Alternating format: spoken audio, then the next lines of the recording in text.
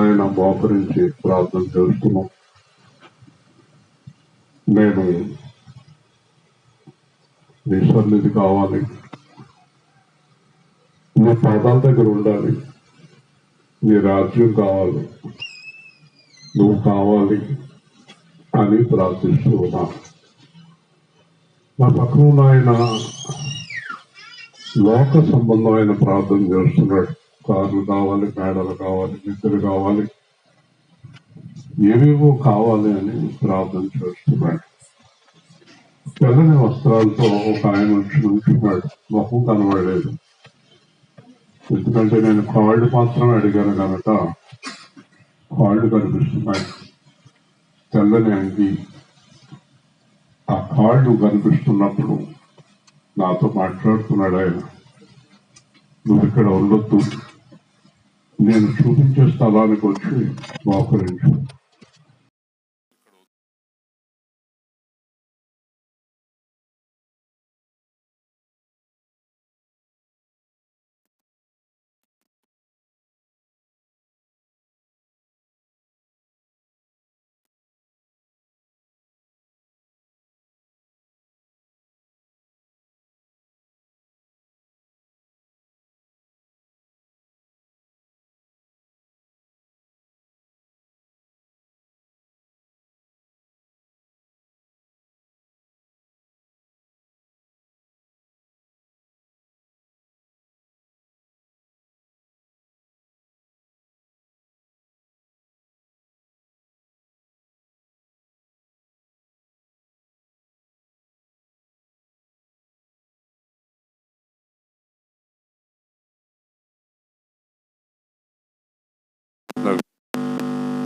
ఏమంటావు?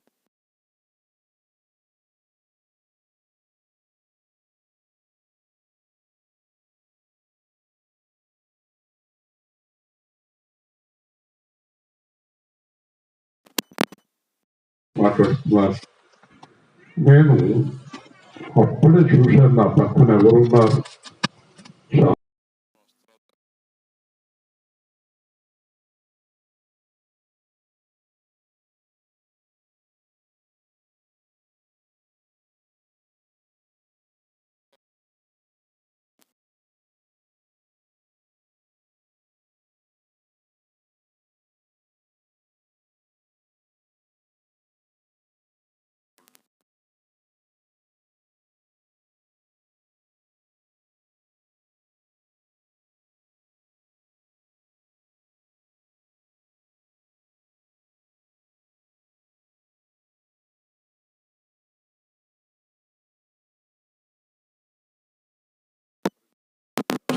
అందరూ తెల్లని దుస్తులతోటే ఉన్నారు. ఈ తెల్లని దుస్తులతో పరలోకంలో కనబడిన వారు ఎవరంటే జయించిన వారు. ఎవరిళ్ళు? దేన్ని జయించారు? మొత్తం లోకాన్ని, పాపాన్ని, శరీరాన్ని జయించిన వారే తెల్లని దుస్తులు ధరించుకుని పరలోకంలో కనిపిస్తారు. సరే, ఇది అయిపోయిన తర్వాత నాకు మెలకు వచ్చింది. వెంటనే మోకరించి ప్రార్థన చేశాను. ప్రభువా, నన్ను తీసుకెళ్ళి అక్కడ కూర్చోబెట్టారేంటి, మోకరింపు చేశారేంటి అని అడిగి మళ్ళీ పడుకున్నాను. ప్రార్థన చేసి అప్పుడు వినిపిస్తూ ఉంది, నువ్వేమడిగావు నన్ను? మీ పాదాలు. నేను ఆ గుమ్మం లోపలికి వెలుపలికి వస్తున్నప్పుడు ఎప్పుడు నువ్వు నా పాదాలు చూడగలవు అన్నాడు. దేవుని స్తోత్రం. కాబట్టి ఈరోజు మీకు అందరికీ నేను ఎడతెరిపి లేకుండా బోధిస్తున్నాను. అయినా కూడా మీలో కొంతమంది పడిపోతున్నారు. కొంతమంది ఇశ్రాయేల్ గారు ఇలాగంటున్నారేంటి అనే భావనతో కొంతమంది ఉంటున్నారు. మీరు ఎవ్వరు కూడా ఒక 90% ఇంతవరకు అర్థం చేసుకోలేదు అని నేను నమ్ముతాను. మీలో చాలామంది ఇంకా లోకము, డబ్బు, పిల్లలు, మొగుడు, కుటుంబము, ఎంత భ్రమలో మీరు ఉన్నారంటే అందుకే మీకు ఆ దర్శనము, ఆ ప్రేమ మీకు పొందుకోలేకపోతున్నారు. ఆ విశ్రాంతి మీకు దొరకలేదు. ఆ డబ్బులు గొడవలు, లోకం గొడవలు, అప్పుల గొడవలు, నేను కొంతమందిని గద్దించినప్పుడు కూడా వారు నాకు లోబడలేదు. అందుకే రాత్రి అన్నాడు, మీరు లోబడే వరకు మీ కార్యం నేను చెయ్యను. కాబట్టి మీరు ఎంతమంది లోబడతారో, ఎంతమంది జయిస్తారో వాళ్ళే అక్కడ ఉంటారు. హల్లెలూయా. మీరు అక్కడ ఉండాలనుకుంటే ఇక్కడ వదిలిపెట్టండి, ఇక్కడే ఉండాలనుకుంటే ఇక్కడ పట్టుకోండి, మీ ఇష్టం. మిమ్మల్ని ఎవరు బలవంతం చేయరు. కానీ ఇది చాలా ప్రమాదకరం. ఇక్కడ జీవితం ఎంత ప్రమాదకరమో విజయవాడ చూస్తే మనకు అర్థమవుతుంది. 3 సంవత్సరాల కిందట మనం చూసి కూడా మళ్ళీ భ్రమలో ఉన్నాం. ఎలా బతికాం మనం? ఆ భయంకరమైన కరోనాలో మన ఇంట్లోకి వచ్చింది, మన పిల్లలకు వచ్చింది, మన పక్కన ఉన్న వాళ్ళు చచ్చిపోయారు, మొగుడు పిల్లలు కూడా పోయారు. బుద్ధి రాలేదు. మళ్ళీ మామూలు అయిపోయింది, మళ్ళీ మామూలు గొడవలే. అసలు కరోనా వచ్చాక గొడవలు ఎలా వచ్చినాయి మీకు? ఎంత వైరాగ్యం రావాలి కరోనా వచ్చిన తర్వాత. ఇంకా అప్పుడు ఎంత వైరాగ్యంగా మాట్లాడారు. ఏముందమ్మా, అందరూ చచ్చిపోతున్నారు, మనం ఏమవుతాం అనుకున్నారు. మళ్ళీ దేవుడు కరుణించాడు, మళ్ళీ మొదలెట్టారు. కుక్క తన వాంతికి తిరిగినట్టు. ఆ శరీర బంధకాలు ఇంకా వదలలేదు, ఆ శరీర వ్యామోహాలు పోలేదు, ఆ లోక వ్యామోహాలు పోలేదు. ఊరికే దేవుని రాజ్యం దొరకదమ్మా మీకు. లోకమంతా దుష్టుల్లో ఉంది. ఈరోజు నేను బండి వేసుకుని మెడికల్ షాప్కి వెళ్తుంటే ఎక్కడా ఖాళీ లేదు. మళ్ళీ ఎంత బాధ కలిగిందో. అయ్యో, అందరూ దుష్టుల్లోనే ఉన్నారు. మరి మనమైనా ఎలా ఉండాలి? ఇప్పటికైనా ఆ దేవుని వెలుగులోకి రండి. నన్ను ఏదో అంటున్నారన్న ఆలోచనలోనే ఉన్నారు మీరు. ఇంకా మిమ్మల్ని అనవలసిన అవసరం నాకేంటి? ఎందుకు? నాకేం పని చెప్పండి. ఎవరు మాట్లాడుతున్నారు మీతోటి? మరి ఇంత గొప్ప దర్శనాలు కలిగిన వ్యక్తి మీ ఎదురుగుండా ఉన్నా కూడా మీరు గ్రహించలేకపోతున్నారు. మీరు లోకాన్ని ఈరోజు ఉదయకాలం ముందు వాట్సాప్ మెసేజ్ ఉన్నవారు ఎంతమంది చేయొద్దండి. చూసారా, కొంతమంది అవి కూడా ఇన్ని ఖాళీ లేదు మీకు. కరెక్ట్గా 4 నిమిషాల మెసేజ్ అది. ప్రతిరోజు పంపిస్తున్నాను. ఈరోజు యేసు ప్రభుతో స్నేహం చేయమని చెప్పాను. మొత్తం మోసం చేసేసారు మనం స్నేహం చేసిన వాళ్ళు అందరూ. ఇంకా లోకంతో ఎంతకాలం స్నేహం చేస్తారు? ఆ మెసేజ్ వినండి రోజు. ఆ మెసేజ్ వినే టైం కూడా లేదా మీకు? అంత హడావుడిగా ఉన్నారా మీరు? మరి చనిపోయాక ఏం చేస్తారు? మీ డ్యూటీలన్నీ ఎవరు చేస్తారు? మంచాల మీద పడ్డాక మీ పనులన్నీ ఎవరు చేస్తారు? ఆరోగ్యం లేనప్పుడే ఆడవటం, ఆరోగ్యం వచ్చాక కొట్టుకోవటం. ఆ పాట ఇవ్వండి, మార్పు చెందవా. నాది కాదు, ఉందాది, నా పాట కాదన్నాను కదా. ఈ మధ్యన ప్రాక్టీస్ చేసి పాట చాలా బాగా పాడాడు ఆయన. మొన్నే చనిపోయాడు. ఈ మధ్యన ఇలా ప్రాక్టీస్ చేస్తున్నారు. కానీ చాలా నచ్చింది నాకు ఈ పాట. ఆశీర్వాదం అని.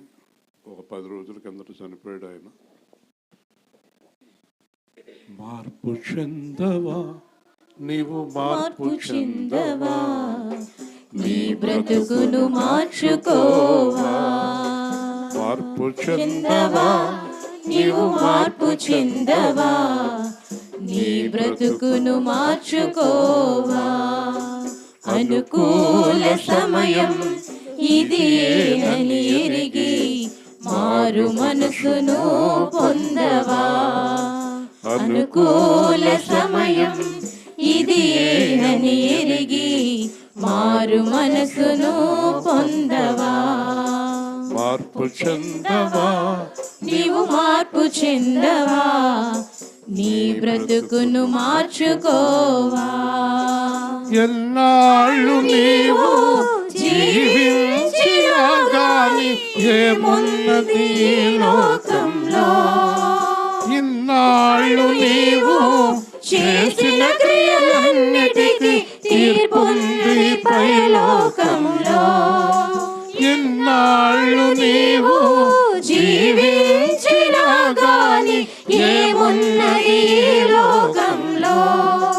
ఇన్నాళ్ళు నీవు చేసిన క్రియలన్నిటికీ తీర్పున్నది పరలోకంలో. లోకంలో తీర్పు దినమందున ఆయన ముందర నీవు తీర్పు దినమందున ఆయన ముందర నీవు నిలిచే ధైర్యం నీకుందా? నిలిచే ధైర్యం నీకుందా? మార్పు చెందవా నీవు, మార్పు చెందవా? నీ బ్రతుకును మార్చుకోవా? మార్పు చెందవా నీవు, మార్పు చెందవా? నీ బ్రతుకును మార్చుకోవా?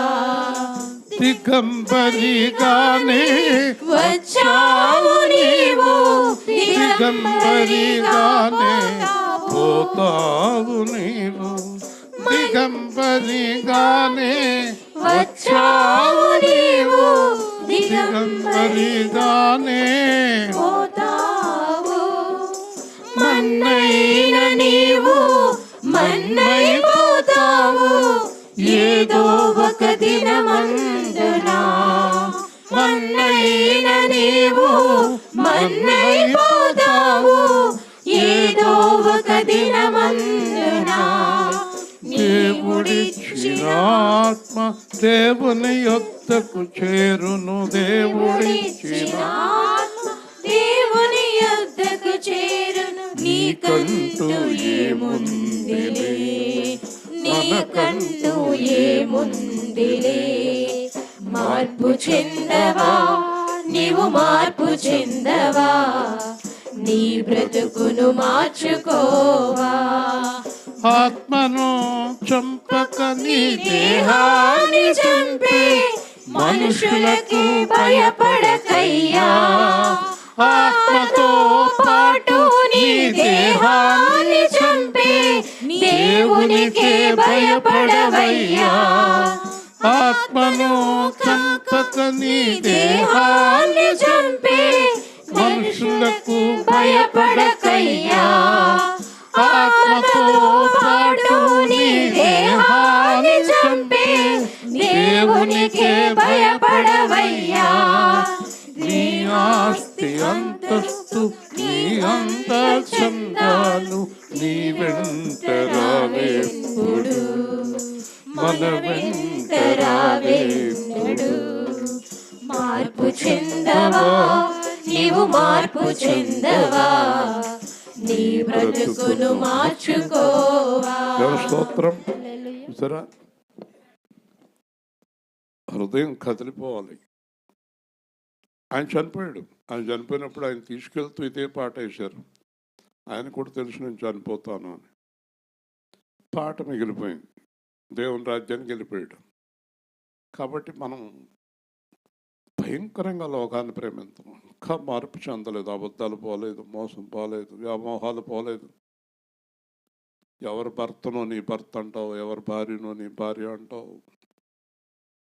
భయంకరమైన కాముకత్వాలు, భయంకరమైన మోసాలు, కోడలను ఒక రకం, కూతురును ఒక రకం, కొడుకును ఒక రకం, అల్లుడిని ఒక రకం. ఈ మారు మనసు అనేది కనబడతలేదండి ఎక్కడా కూడా, అస్సలు లేదు. మరలా చెప్తున్నాను, ఏ రోజు ఈ లోకం అంతమైపోతుందో లేదో మనం వెళ్ళిపోతామో తెలియదు. ఇప్పటికైనా మారు మనసు పొందండి. దేవుని స్తోత్రం. మత్తయి సువార్త 6వ అధ్యాయం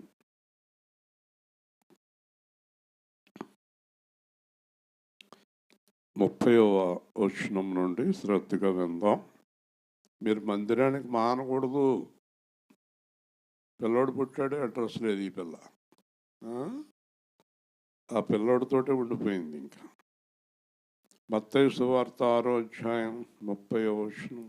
నేడుండి రేపు పొయ్యిలో వేయబడు అడవిగడ్డని దేవుడిలాగా అలంకరించినట్లా అల్ప విశ్వాసులారా, మీకు మరి నిశ్చయముగా వస్త్రములు ధరింప చేయను కదా. కాబట్టి ఏమి తిందుమో, ఏమి త్రాగుదమో, ఏమి ధరించుకుందుమో అని చింతింపకుడి. అన్ని జనులు వీటన్నిటి విషయమే విచారింతురు. ఇవన్నీ మీకు కావాలని మీ పరలోకపు తండ్రికి తెలియను. కాబట్టి మీరు ఆయన రాజ్యమును నీతిని మొదట వెతుకుడి, అప్పుడు అవన్నీ మీకు అనుగ్రహింపబడును. రేపటిని గూర్చి చింతింపకుడి, రేపటి దినము దాని సంగతులను గూర్చి చింతించును. ఏనాటికి ఏడు ఆనాటికి చాలును. ఒక ప్రశ్న వేస్తాను. యేసు ప్రభువులో రక్షణ పొందిన వారు అందరూ చేతులు ఎత్తండి. యేసు ప్రభువులో రక్షణ దించండి. మాకు అన్నము వస్త్రము లేదన్నవారు చేయొద్దండి. మాకు అన్నము వస్త్రము లేదు. ఎవరు లేరు కదా. మీరే కాదు, ప్రపంచంలో ఉన్న 20 కోట్ల మంది కూడా చేతులు ఎత్తలేరు.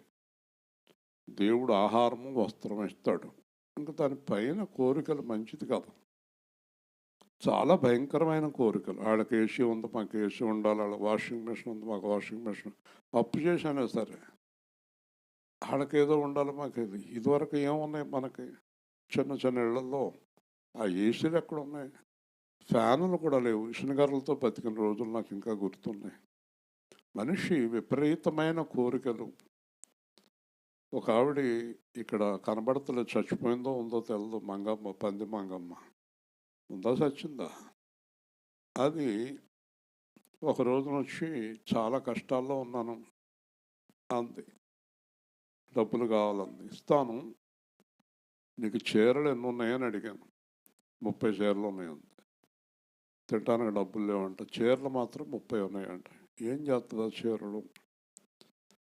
మనుషులు చూడండి ఎంత దారుణంగా ఉన్నారు.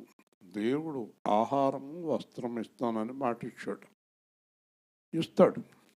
అయితే దేవుడికి ఏది ఇష్టం? దేవుణ్ణి వెతకటం, దేవుణ్ణి ధ్యానించటం, దేవుణ్ణి ప్రార్థించటం, దేవుడు చెప్పినట్టు జీవించటం. మన ఆదాయం ఎంతో మనకు తెలుసు కదా. మన ఆదాయం మనకు తెలిసినప్పుడు ఆదాయం లోపల కదా ఖర్చు ఉండాలి. ఎందుకు ఖర్చులు చేశారు? ఎందుకు అప్పులు చేశారు? ఎవరిని బాధ పెడదామని చేశారు మీరు? మీకు ఆదాయం మీకు తెలాలి కదా. యేసుప్రభులో లేనప్పుడు నాకు 20 జతల బట్టలు ఉండేవి. యేసుప్రభులో 60 జతల బట్టలు ఉన్నాయి. దేవుని స్తోత్రం. అన్నీ ఇచ్చేయగా ఆళ్ళకి కేకేసి ఇచ్చేస్తాను. కొత్త టైట్ అయినా, కొద్దిగా బాగోలేకపోయినా, ఇంకా నా వల్ల కాదు అనుకున్నాయన్నీ మళ్ళీ ఎవరు నన్ను కేకేసి తొడుక్కోండి అని ఇవ్వగా ఇంకా చాలా బట్టలు ఉన్నాయి. నాకే కాదు, అందరికీ. కాబట్టి మనకి ఆ దురాశ అనేది పూర్వం సామెత దుఃఖానికి చేటు. ఉన్నదాంతో ఎందుకు జీవించలేకపోతున్నాం? మన బడ్జెట్ ఏంటి? లెక్క రాసుకోవాలి అన్నాడు దైవజనుడు. మీరు లెక్క రాసుకోవాలట. నేను ప్రతిదీ లెక్క రాసుకుంటాను. లెక్క రాసుకోవాలి. ఎంత వస్తుంది, ఎంత ఖర్చు అవుతుంది, ఎంత వస్తుంది, ఎంత ఖర్చు అవుతుంది. అప్పు చేయాల్సిన అవసరం వచ్చిందా? ఓకే, నెలకి మనకి 10,000 రూపాయల ఆదాయం, ప్రతి నెల 9,000 8,000 ఖర్చు అవుతుంది. బాగానే ఉంది. ఒకరోజు సడన్గా అనారోగ్యం వచ్చింది, ఒక 25,000 30,000 హాస్పిటల్కి అయింది అనుకుందాం. మనం దేవుళ్ళో జీవిస్తున్నాం, కానీ సడన్గా 30,000 రూపాయల ఖర్చు వచ్చింది, మన దగ్గర లేదు. అప్పుడు మనం దేవుడికి ప్రార్థన చేస్తాం. నేను ఈరోజు బైబిల్ ముందు నిలబడుతున్నాను, వాక్యం చెప్తున్నాను, సాక్ష్యం చెప్తున్నాను. ఆ ఎక్స్ట్రా ఖర్చు డబ్బులు దేవుడు నీకు అప్పుడే దయచేస్తాడు. హల్లెలూయా. కానీ ఏంటి పనులు, ఏంటి అప్పులు, ఏంటి మోసాలు, ఆ చీట్లు ఏంటి, ఆ గొడవలేంటి, ఆ వడ్డీ వ్యాపారాలు ఏంటి? దేవుడు పిల్లలకి ఇన్ని గొడవలా? ఎందుకు చేస్తున్నారు? చేశారు, అయిపోయింది. ఇప్పటికైనా మారు మనసు పొంది, నేను చేసిందంతా పాపం, ఇంకా నేను చెయ్యను అన్న మాట నీ దగ్గర నుంచి రావట్లేదు కదా. ఆలోచించండి. అన్న వస్త్రాలు కలిగి ఉన్న వారికి అప్పు అవుతుందా? చెయ్యొచ్చు, చెప్పండి. అవుతుందా? అది కదా. ఓకే, మనకి సడన్గా వచ్చేది అనారోగ్యమే. ఒకవేళ వస్తే దానికి దేవుడు ఇస్తాడు. నా భార్యకి విపరీతమైన బ్లీడింగ్ భయంకరంగా ఉండేది. అయితే నేను దేవుడి దగ్గర ఒక ప్రార్థన చేశాను, మీరు అది తగ్గించండి. అప్పట్లో ఆపరేషన్కి 10,000, ఇప్పుడైతే 30 40 50 తీసుకుంటారేమో. నాకు మీరు 10,000 ఇస్తే ఆపరేషన్ చేయిస్తాను, 10,000 ఇవ్వకపోతే ఆపరేషన్ చేయించను. అని మొండిగా కూర్చొని ప్రార్థన చేశాక తెల్లవారుజామున నాతో అన్నాడు, దేవుడు ఆపరేషను నీ భార్యకి అవసరం లేదు అన్నాడు. హల్లెలూయా. అసలు ఏమనాలి దేవుడు? 10,000 ఇస్తాను చేయించని చెప్పాలి కదా. 10,000 నీకు అవసరం లేదు, మీ ఆవిడకి ఆపరేషన్ అవసరము లేదన్నాడు. అంతే, ఆపరేషన్ చేయలేదు, తగ్గిపోయింది. దేవుడు 10,000 ఇవ్వలేడా? ఆపరేషన్ చేయించలేడా? ఏమని అన్నాడు? నీకు 10,000 అవసరం లేదు, మీ ఆవిడకి ఆపరేషన్ అవసరం లేదు అన్నాడు. విశ్వాసం, మనకి బలమైన విశ్వాసం ఉండాలా. కాబట్టి తెంగరోళ్ళ కనబడుతున్నాడు ఇస్రాయేల్ గారు. మేమైతే 10,000 ఎవరో ఒకరి దగ్గర 10 రూపాయలుగా 5 రూపాయలు తెచ్చి చేయించేద్దాం అన్నట్టుగా ఉంటాయి మేము మాట. అంతే కదా. మేమైతే 10,000 ఎవరో ఒకరి దగ్గర తెచ్చేస్తాం, మళ్ళీ వాళ్ళు అడిగితే ఇవ్వాల్సిన అవసరం లేదు మాకు. ఇవ్వం, ఎవరు అడిగినా సరే తెత్తమే తప్ప ఇవ్వటం అనేది మాకు అలవాట్లేదు. మీరు పరలోకం ఎలా వెళ్తారు? ఎప్పుడు తెచ్చుకుంటామే, ఇచ్చే పని లేదనుకుంటే దేవుడి రాజ్యానికి ఎలా వెళ్తారు మీరు? ఆలోచించండి, జాగ్రత్తగా ఆలోచించండి.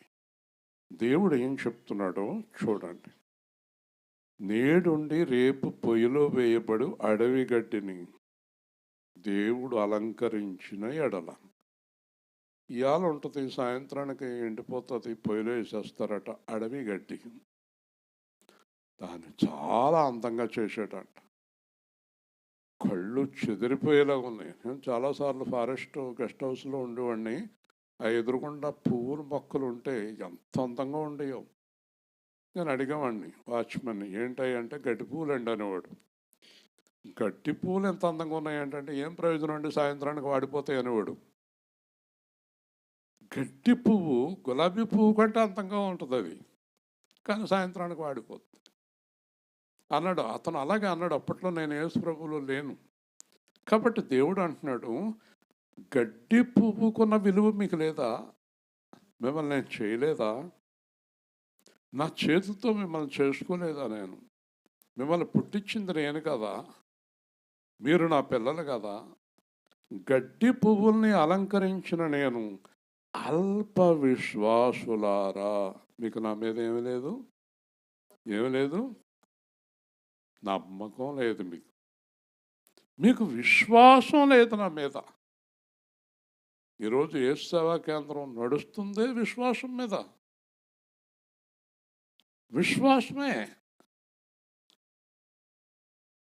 విశ్వాసమే వర్షాన్ని ఆపుతుంది. హల్లెలూయా. విశ్వాసమే. బయట భయంకరమైన సమయంలో మనకు రాత్రి ఈరోజు కూడా సువార్తించాడు. మీకు తెలుసా, చాలామంది పాస్టర్లు ఏం చేస్తారో, ఈ 2 రోజులు ఇంట్లో కూర్చొని ప్రార్థన చేసుకుంటారు, బయటికి రారు. మనం చూడండి ఎలా తిరుగుతున్నాం. పైగా ఎలాంటి స్థలాలు ఏర్పాటు చేశాడు చూడండి. అల్ప విశ్వాసులారా, దేవుడు మనతో అంటున్నాడు, చాలా స్పష్టంగా చెప్తున్నాడు, మీకు నేను నిశ్చయముగా వస్త్రములు ధరింపచేసేదను. హల్లెలూయా. మీరే ఎవరు చేతులు ఎత్తలేదు. వస్త్రాలు లేనోళ్ళు, భోజనం లేనోళ్ళు ఎవరు ఉన్నారంటే అందరి దగ్గర ఉన్నాయి. కానీ ఎక్స్ట్రా కావాలి. ఈ చీరలు కాదు, ఇంకా ఆ చీరలు కావాలి, ఇది కాదు అది కావాలి, ఇది కాదు అది కావాలి కదా. నేను చాలాసార్లు చెప్పాను. ఒకసారి నేను ఎండీగా ఉండగా హైదరాబాద్లో నా స్నేహితుడు రమ్మన్నాడు, వెళ్ళాను. ఒకే గది. ఏంట్రా ఇది అన్నాను. ఏం చేయను, నువ్వు కోటేశ్వరుడివి, నా జీవితం ఇది అన్నాడు. అతని భార్య, పిల్లడు, ముగ్గురు ఒకే గది. సరే, బాగానే ఉంది. డ్రైవర్కి నాకు మంచి భోజనం పెట్టారు. నేను పెద్ద హోటల్లో ఉన్నాను, రోజుకి 5,000 నాకు. హోటల్లో ఉంటే ఆడన్నాడు, మరి ఇంకా అంటున్నాడు నాతో, యారా ఏంటన్నాను. అదే మరి ఇంక బయలుదేరు అంటున్నాడు. నేను అన్నాను, నువ్వు నాతో వచ్చి హోటల్లో పడుకుంటావా, నేను నీ ఇంట్లో పడుకోనా అని అడిగాను. నాకు కూడా రా, ఆ రూమ్లో పడుకో, లేకపోతే నేను నీ దగ్గర పడుకుంటా. నేను రాను, మా ఆవిడ పిల్లోడు వీళ్ళు ఇక్కడ హైదరాబాదు చాలా జాగ్రత్తగా ఉండాలి, నువ్వు ఇక్కడ పడుకో తెలిపో అన్నాను. ఒక్క నిమిషం పడుకోలేవు అన్నాడు. ఏడ్సో నోర్మి, మన ఇద్దరం రూమ్లో పడుకునేవాళ్ళం చాపల మీద, గుర్తుందా అని చెప్పి డ్రైవర్ నన్ను నువ్వు వెళ్ళిపో హోటల్కి అని. వాళ్ళ ఆవిడ కంగారు పడిపోతుంది, అయ్యి బాబు ఎక్కడ పడుకుంటారు, ఇక్కడే పడుకుంటాం. అన్నీ సర్దేశారు, 2 చాపలు వేశారు, తలగడ్డ వేశారు, కబుర్లు చెప్పుకుంటా హాయిగా నిద్రపోయాను. మన్నాడు పొద్దున అంటాడు, ఎలా పడుకున్నారా అన్నాడు. ఏంటి మీరు అసలు ఏమనుకుంటున్నారు, ఎంత తప్పు. హృదయమే అన్నిటికీ ప్రధాన కేంద్రం. హల్లెలూయా. మన హృదయం మట్టి నేలపైన పడుకోగలదు, గచ్చు నేలపైన పడుకోగలదు, ఎక్కడైనా పడుకోగలదు. హృదయం ముఖ్యం. పడుకోలేమంటే ఎక్కడ పడుకోలేం. ఏసీ లేకపోతే ఎలాగా? ఆ మందిరంలో ఏసీ ఆత్మారు కదా మీరు, మరి ఎన్ని మందిరాలకు ఏసీ లేదు, షెడ్యూల్లో ప్రార్థనలు చేస్తున్నారు, అలవాటు పడిపోయారు, అవునా కదా? కానీ ఈరోజు హైదరాబాద్లో, విజయవాడలో వాళ్ళ పరిస్థితి చూస్తే కరెంటు లేదు, బురద, బాత్రూమ్కి వెళ్తానికి లేవు, భోజనం లేదు, పడుకుంటాక లేదు, నుంచుంటాక లేదు, కూర్చుంటాక లేదు. ఆ పరిస్థితి వచ్చినప్పుడు ఏం చేస్తారు మీరు? నిద్ర ఎలా వస్తుందయా? నిద్రపోకూడదు. చాలా ముఖ్యమైన విషయాలు చెప్తున్నాను. ఇది సిద్ధంగా ఉండాలి. దేవుని స్తోత్రం.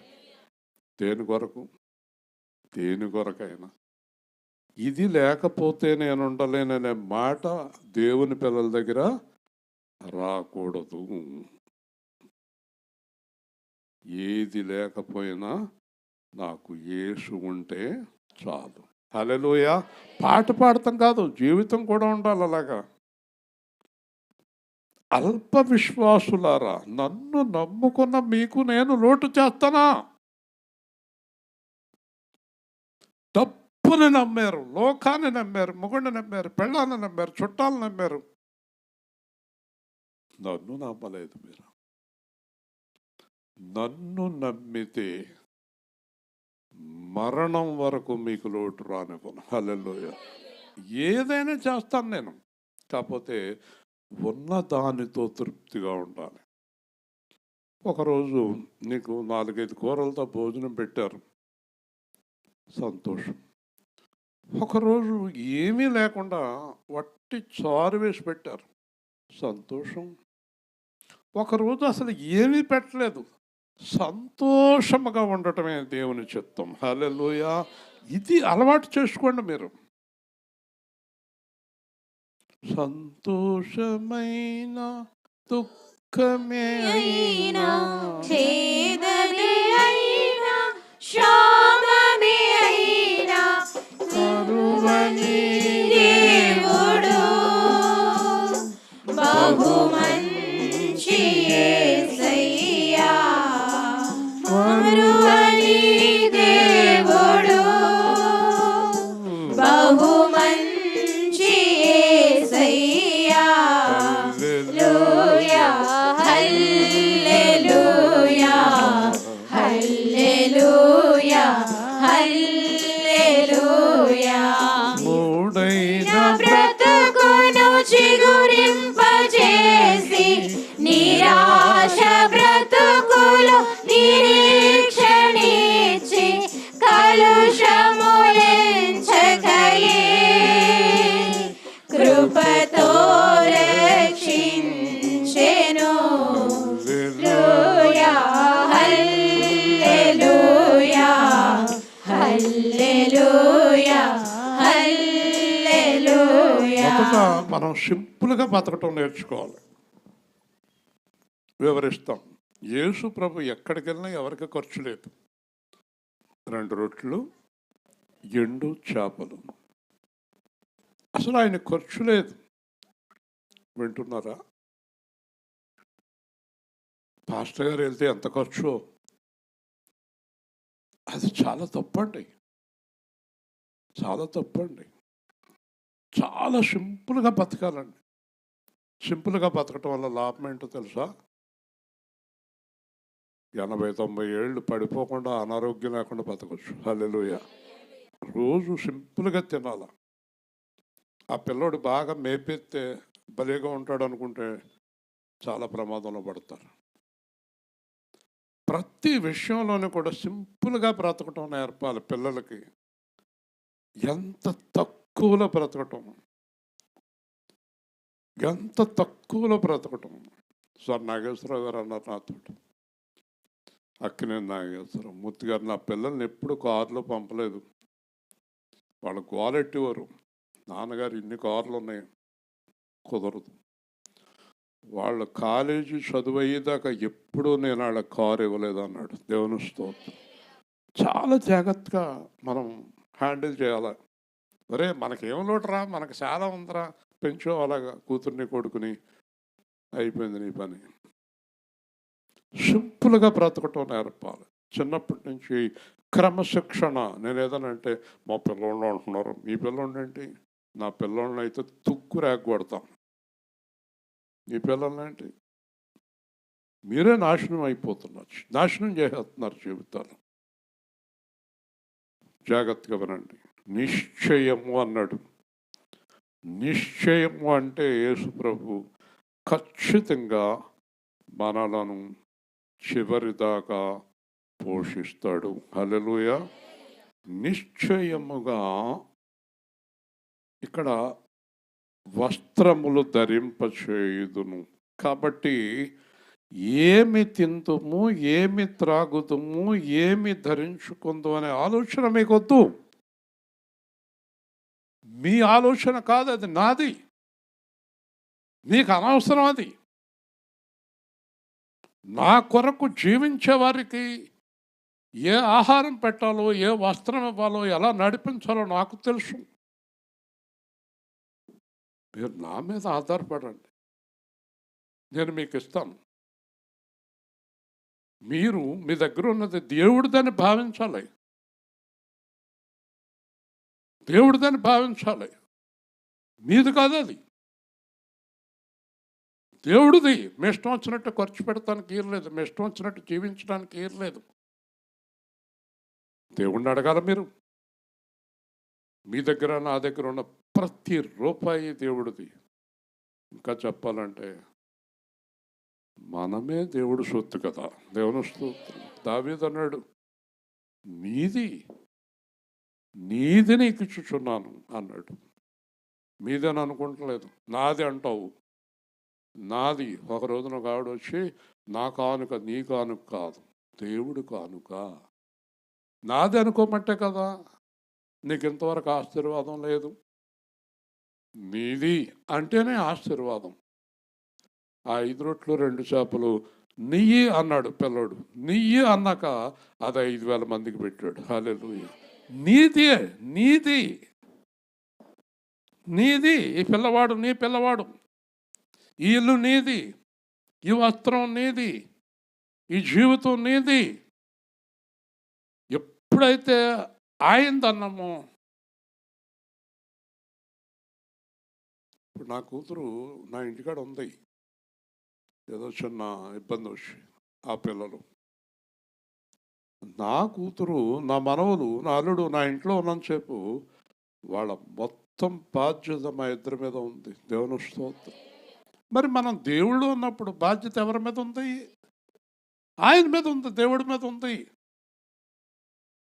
ఆయన అంటున్నాడు, నేను మీకు ఏమి తిందుమో, ఏమి త్రాగుదుమో, ఏమి ధరించుకుందామో అనే ఆలోచన మీకు అనవసరం. I will take care of it. నేను చూసుకుంటాను, అవన్నీ నేను చూసుకుంటాను. నీకేది అవసరమో నాకు తెలుసు. కాబట్టి మీరు ఏం చేయాలా? దేవుడి మీద ఆనుకోవటం నేర్చుకుని, మీ దగ్గర 1000 ఉంటే, 2000 ఉంటే, 3000 ఉంటే దేవుడు పాదాల దగ్గర పెట్టి ఏం చేయమంటావు అని అడగాలి, ఎలా చేయమంటావు అని అడగాలి, ఏ విధంగా చేయమంటావు అని అడగాలి. నాకు మెడికల్ షాప్కి వెళ్ళాను, ఏదో ఒకటి అడిగాను. అడిగితే 48 రూపాయలు అన్నాడు.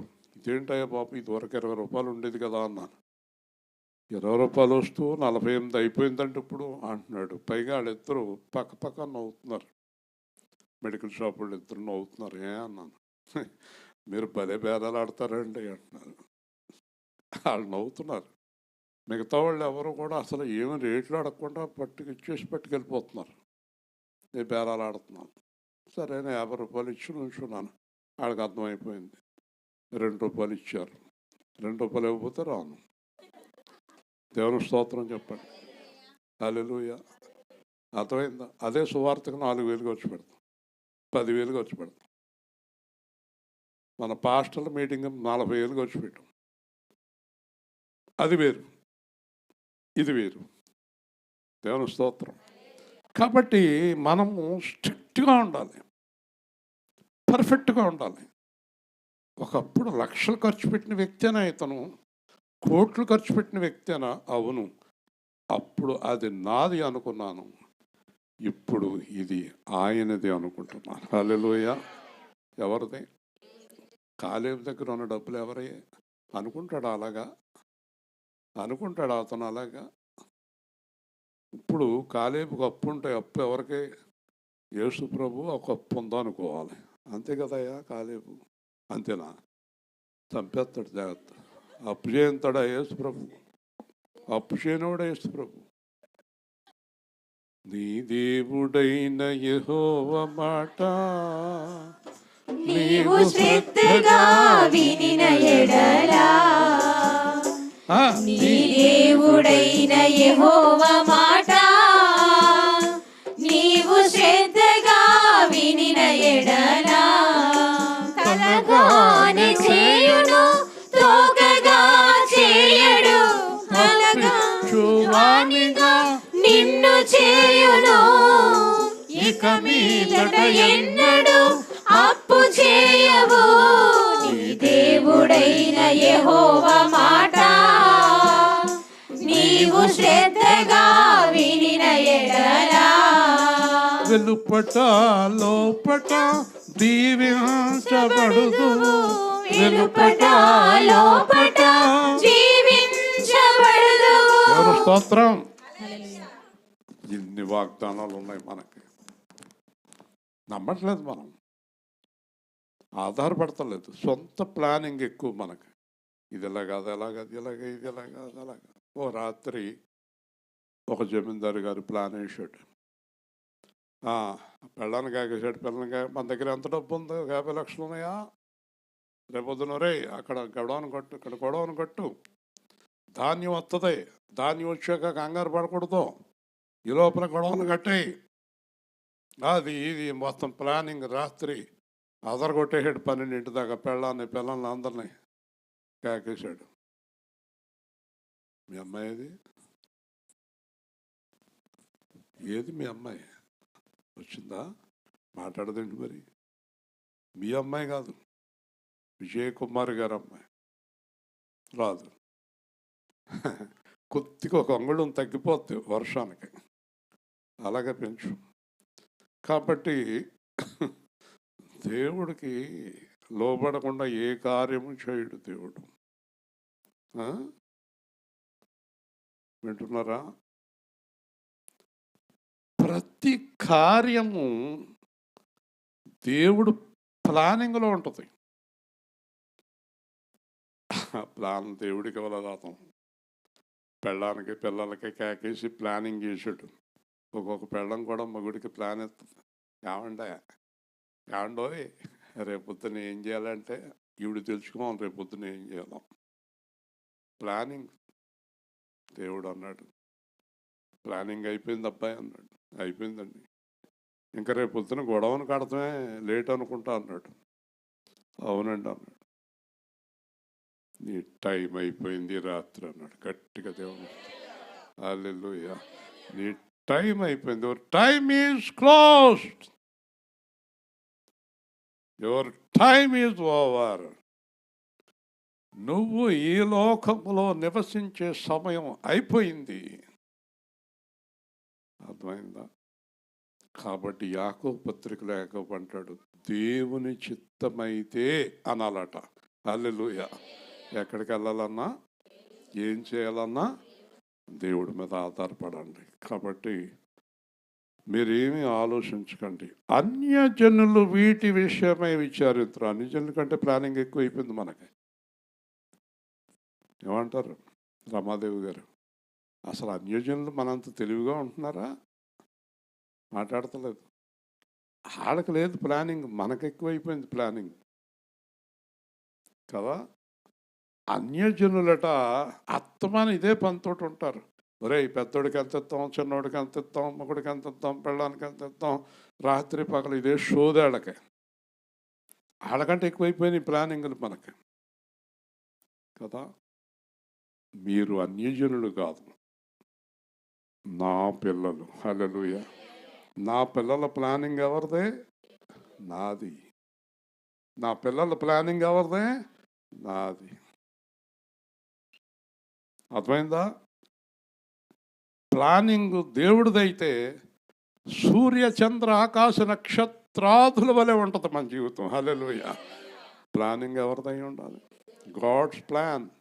మూడు పిల్లలు ఇద్దరు తెల్లవాళ్ళు వేసుకున్న ప్లాను పొద్దునకి విచ్ఛిన్నం అయిపోద్ది. ఇలా జరిగింది ఏంటి అంటది. ఏమో మరి అంటాడు. తెలిస్తే కదా. ప్లానింగ్ వేస్తున్నావా? ఎయ్యి. కాబట్టి ఈ అన్యజనుల వలె ఇవన్నీ మీకు కావాలనని మీ పరలోకపు తండ్రికి తెలియను. హల్లెలూయా. ఎంత గొప్ప వాగ్దానం. మీకేం కావాలో మీ తండ్రికి, మీ నాన్నకు కాదు, మీ నాన్న సుబ్బన్న ఎంకనకు కాదు, పరలోకములో ఉన్న తండ్రి యేసుక్రీస్తు. హల్లెలూయా. ఎంకనక సుబ్బన్నకి ఏమీ తెలదాం. ఎంకన్నా సుబ్బన్న అప్పలకొండ ఏ కదా పేర్లు, పెద్దిరాజు, వెంకటరాజు, అయ్యన పేర్లు. ఏడగని తెలుస్తుంది ప్లానింగు.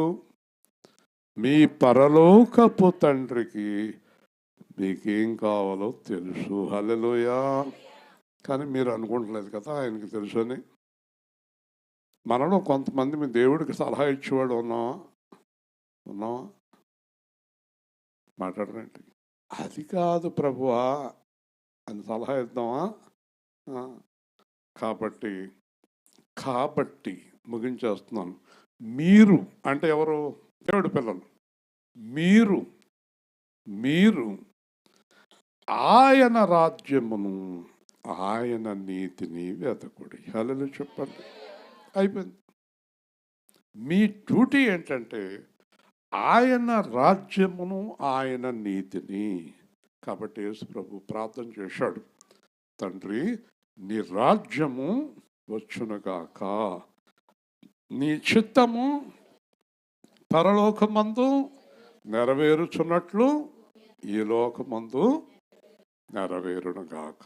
కాబట్టి మనం ఎప్పుడు దేవుని రాజ్యము, దేవుని సువార్త, దేవుని వాక్యము, దేవుని జీవితము, దేవుని మనసు, దేవుని స్తుతులతోటే జీవించాలంటున్నాడు. హల్లెలూయా.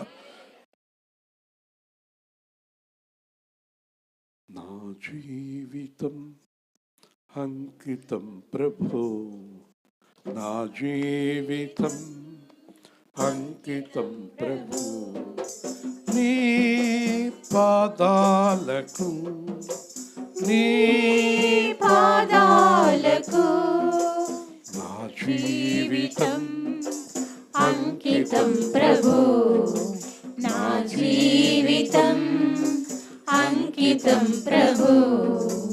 పరలోకమందున నీ చిత్తము, పరలోకమందున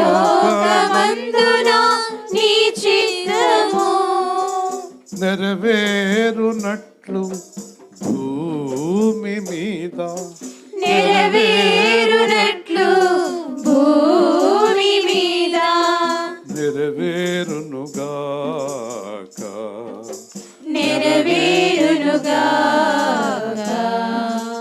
నా జీవితం అంకితం ప్రభు, నీకు, నా జీవితం అంకితం ప్రభు మా అనుదిన ఆహారము మానుదిన ఆహారము నేడు మాకు దయచేయుము నేడు మాకు దయచేయుము శోధన నుండి తప్పించుము శోధన నుండి తప్పించుము దుష్టును నుండి కాపాడుము నన్ను దుష్టుని నుండి కాపాడుము నీ చిత్తము పరలోకమందు నీ చిత్తము పరలోకమందు నెరవేరునట్లు మాయందు కూడా నెరవేరునట్లు నాయందు కూడా నెరవేరునుగాక నెరవేరునుగాక నెరవేరునుగాక దేవుని స్తోత్రం. హల్లెలూయా. ఇదే మత్తయి 6 ప్రార్థన. కాబట్టి మీరు ఆయన రాజ్యమును నీతిని వెతక ఆయన సువార్తలు ఆయన పనులు ఆయన కృపలో సాగిపోండి. అప్పుడు కండిషన్ పెట్టాడు. అప్పుడు చెప్పండి, అది కండిషన్. మీ మీద ఆయనకి పరిపూర్ణమైన నమ్మకము కలిగినప్పుడు. మీరు ఇంకా పాడు చేయరు, మీరు వ్యర్థంగా ఏమీ చేయరు, మీరు అనవసరంగా ఏమీ చేయరు అని దేవుడికి నమ్మకం కలిగాక మీకు ఇవ్వటం మొదలెడతాడు. కోట్లు కోట్లు పాడు చేసేసాక నాకు 10 రూపాయలు, 5 రూపాయలు, 100 రూపాయలు, 50 రూపాయలు ఇవ్వటం మొదలెట్టాడు. బాగా నమ్మేగా లక్షల్లోకి వెళ్ళి తీసుకెళ్ళాడు. ఇంకా కోట్లలోకి తీసుకెళ్ళలేదు. బాగా నమ్మకం ఇచ్చాక ఎంతైనా ఇస్తాడు ఆయనకేంటి. అంతే కదా, మనం నమ్మినోడి దగ్గర ఏదైనా పెట్టుకుంటాం, ఎంతైనా పెట్టుకుంటాం. కాబట్టి దేవుడు అలా చేసుకుంటూ వెళతాడు. అప్పుడు మీకు అనుగ్రహించబడదు. ముఖ్యంగా క్రైస్తవ జీవితంలో ఒక గొప్ప విషయం చెప్పినే ముగిస్తున్నాను. రేపటిని గూర్చి చింతించకండి. చెప్పండి, రేపు ఎలా జరుగుతుంది, ఏం జరుగుతుంది అని ఆలోచించకండి. ఇప్పుడు విజయవాడకు వరద వస్తుందని విజయవాడలో ఉన్నవాళ్ళకి తెలుసా? కరోనా వస్తుందని ప్రపంచంలో ఎవరికైనా తెలుసా? రేపు ఏం జరుగుతుందో ఎవరికి తెలుసు? దేవుడికి తప్ప. ఈరోజు హాయిగా ఇంటికి వెళ్ళి భోంచేసి పడుకోండి, సంతోషంగా ఉండండి, తలపాతలు కొట్టుకోకండి, అమృతాంజనం బుడ్డిలా పామేయకండి. దానివల్ల ఒరిగేది ఏమీ లేదు. ఆలోచన గురించి, రొంప తలపోటు గురించి కాదు. రొంప తలపోటుకు రాసుకోండి, కానీ ఆలోచన, విపరీతమైన ఆలోచన ఏం తెగవు. వద్దంటున్నాడు దేవుడు. రేపటి దినము దాని సంగతులను గురించి చింతించును. రేపు ఏం జరుగుతుందో దాన్ని కూడా వదిలేయండి. మీరు రేపు వర్షం వస్తుంది అనుకోండి, మీరు ఆపుతారా? తుఫాను ఏం ఆపుతారు? ఏమాపుతాను? ఏం ఆపుతావు అని అంటున్నాను. ఏది ఆపలేవు. విజయవాడలో ఆవిడ అందంట, ఏమంటే గాలి గట్టిగా అతను తలుపేసేయండి అందంట. తలుపేసేసి వెనక్కి వచ్చేటప్పుడు వెనకాల నుంచి నీళ్ళు వచ్చేసినాయి. ఎదరి నుంచి తలుపులు తన్నుకుంటే వెళ్ళిపోతున్నాయి నీళ్ళు. అయిపోయితే లోపలికి వచ్చేసినాడు. అప్పుడు అంటదంట మళ్ళీని, వెనకాల తలుపేసి ఉంటే రాపోను నీళ్ళు. ఎంత పెద్దదో నీళ్ళు, గాలి, తలుపులు కాదు కదా, ఎనప తలుపులు కూడా ఆఫ్ చేయలేవు. దేవుని స్తోత్రం. ఇదంతా అజ్ఞానం.